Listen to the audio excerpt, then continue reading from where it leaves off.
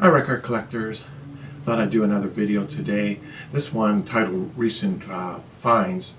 Not so much finds as purchases. I've purchased some records from vinyl stores, flea markets, online purchases, and a couple auction wins. So I'll start off by this first group, which is Black Mountain. I was just before Christmas in a shopping mall. I was walking past a record store. I had no intention of going in, but I saw a friend of mine walk in who I know from the vinyl community, and so I went in to say hello, and we ended up looking through a bunch of records, and he pulled this one record out and he said, "I assume you've got this one." And I said, "I have no idea, I've never seen it before." And he couldn't believe me. He says, "You're into psychedelic music and you don't like Black Mountain?" And I said, "Never heard of them." So I said, "I'll buy it, this blind buy, and I'll just see how I like it." And it turned out it was fabulous. Black Mountain is a group from Vancouver, Canada, and they formed in 2004. I think they've got about 4 LPs out now. This one, titled Black Mountain, came out in 2005. This is a group that has a sound that's very like the late 60s, that sort of heavy psychedelic sound, fuzz distortion guitar. When I listen to some of these tracks, they remind me of Iron Butterfly. Some other tracks remind me of Hawkwind, and others yet remind me of Pink Floyd. So once I heard that one, I said, well, I got to get some more of their stuff. And the next one I picked up here was Wilderness Heart. This is from 2010. So a similar sound again, sort of that psychedelic late 60s sound. That first one there, called In the Future, is a double album. That Wilderness Heart is a single, and they also released a single off it here, 7-inch. They also put out one, Black Mountain, which is sort of like I believe it was like a 10th year anniversary of their stuff. Some re-releases, as well as some live recordings or alternate renditions of some of their songs. This particular one is on the sort of like a gray marble type pressing. I'm not too big on color vinyl, but still, it sounds fine. Sound quality is great. Once again, the heavy 60s sound for Black Mountain there. And the next one I picked up was, I think this is their latest, and it's called 4. Came out in 2016.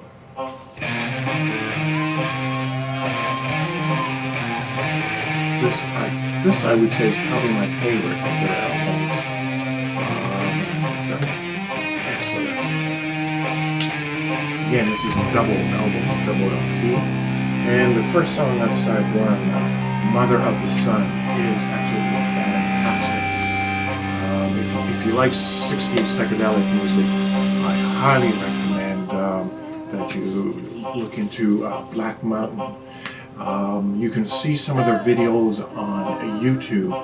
There's videos by the CBC, by KEXP, Seattle Round Station. And there's also a video for a soundtrack they did, which I haven't got yet. It's titled Year Zero. And there's a video for that one on there. And their stuff is excellent. So if you're a psychedelic fan, check it out. The next one that came in the mail was the Electric Crayon set. This is sort of like 60s garage, maybe a little bit light psychedelic. I think this is like a limited edition, 1,000 pressings or something, don't know. Gatefold, they have information on each of the bands in there. Very good album if you're into that 60s sort of garagey sound, maybe a touch of psychedelic stuff too, a bit of fuzz, more on the garage side. Very good album. One of the songs that I really liked on this one was the rendition of I'm Not Your Stepping Stone, which was made famous by the Monkees and also done by the Sex Pistols. It was done by the group The Flies. So I picked up their album. Another great album. This is again sort of more like the 60s grad sound. This is sort of like a collection of singles that they had released over the years and alternate versions as well, maybe some unreleased stuff. But Not Your Stepping Stone is certainly one to check out. Check it on YouTube, see if you like it. Probably worth picking up. Some of these next ones are Japanese pressings. I got this one here. This is a bit of an interesting one. IQ6 Zang Tum Tum Sampled. This is a group, or I should say this is a record with groups from the early 80s that you normally associate with New Wave, such as Propaganda and Art of Noise. So what I was expecting was to hear songs that I might have probably previously heard on some of their albums and that. Turns out these are all, seems to be like original remixes or something. But the versions of the songs on here I've never heard before by these groups. This is Japanese pressing. We have the interesting here, we have sort of like this obi, and on the back, like all the writing is in English, but you can pull out sort of the obi and get a Japanese rendition of the information that's on that particular album. Another one that I picked up here is the Yeah Yeah Girl, Francois Harding.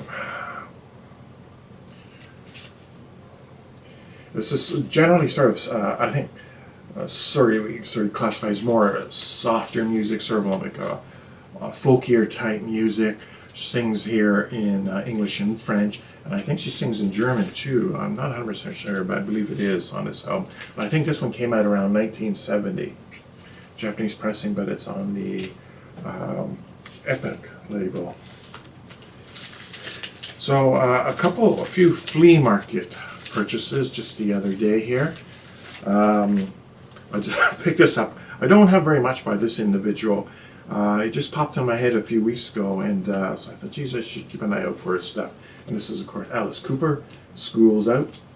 Big hit way back when. This is the one that sort of like opens up into a desk, if you want to, sort of die cut, if you want to do that one. This is a pretty good album. And a second one by him, I think it's $1 Billion Babies. I don't know too much about Alice Cooper. I never really followed him too much, but I'm aware of some of his big hits, like 18 and things like that. The Inner Sleeve. And this one also had that, I guess it's called $1 Billion Note or whatever that was in the album. I like to get the album with 18 on it. I'll have to keep an eye out for that one. Right now in the city of Toronto, there's a sort of a musical on, and it's a musical based on this record. So I saw it. I had to pick it up. When this came out, back when, I guess it's sometime in the 70s or whatever. I can't remember. Every one of my friends had a copy, and they were playing it non-stop, and I didn't like it very much at all. But seeing the commercial on television every night for the musical Bat Out of Hell, I'm walking by the flea market, there it is up on the rack. So I figured, what the hell, I'll get Bat Out of Hell. It's not bad. I sort of like it a little bit better now than when I did back when I heard it then. It's okay. I didn't pay very much for it, so it was good. Here's one that I've actually been trying to get for a while.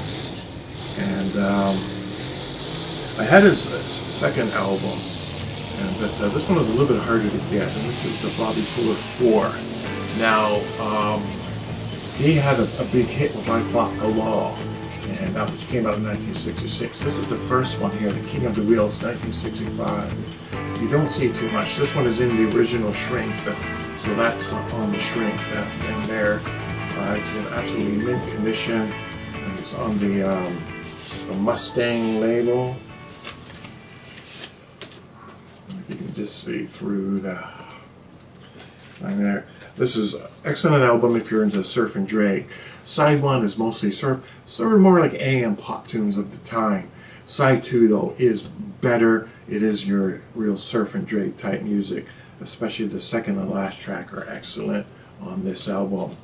Took me a while to get this one. This was off of eBay, actually. I had never seen a copy of this in the wild. This is another Japanese pressing. No Obi on it though. It's just Ruth Brown on the Atlantic label. Some of the stuff that she had released.